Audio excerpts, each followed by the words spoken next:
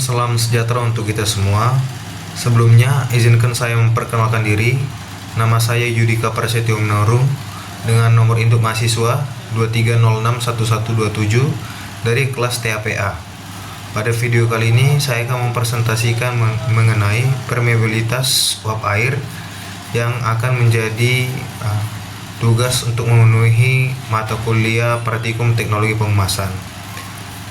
Kita lanjut kepada materinya, yaitu pengertian dari permeabilitas uap air.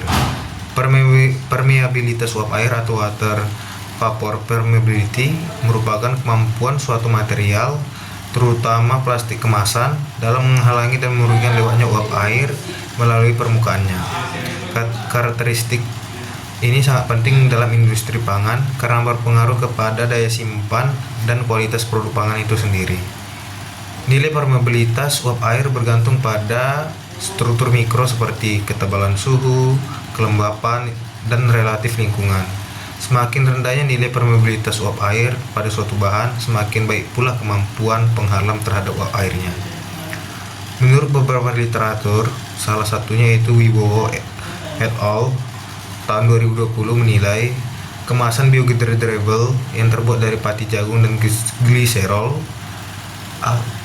meningkatkan dengan bertambahnya konsentrasi gliserol karena meningkatnya fleksibilitas dan penurunan kerapatan ikatan antar molekul polimer. Jadi nilai dari uap air ini dapat diuji menggunakan metode gravimetri atau menggunakan alat seperti permeability additive seperti lilin atau nanopartikel atau desikator.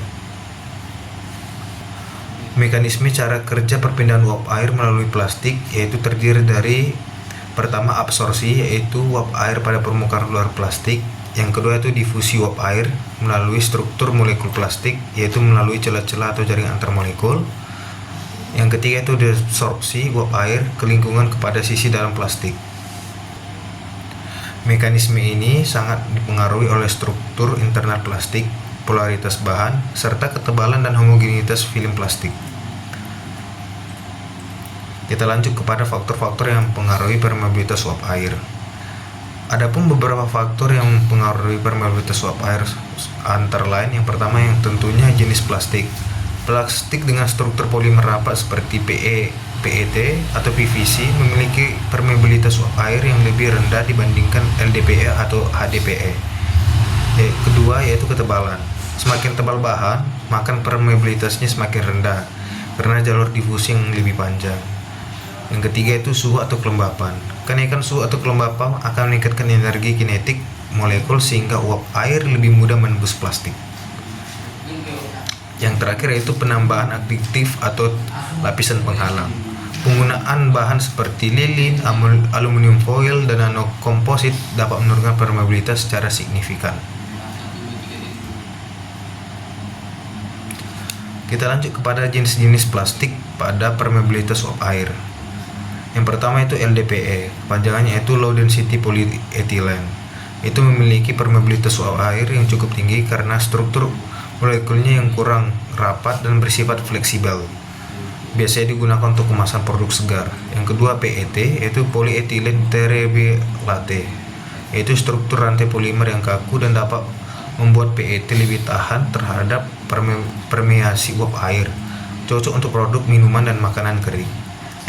Yang ketiga itu ada PVC, yaitu polyvinyl chlorine, yaitu memiliki permeabilitas rendah karena struktur polaritas yang tinggi dan kerapatan struktur. Dan yang terakhir yaitu bioplastik, yaitu PLA, pati, dan kitosan. Permeabilitas bervariasi tergantung posisinya.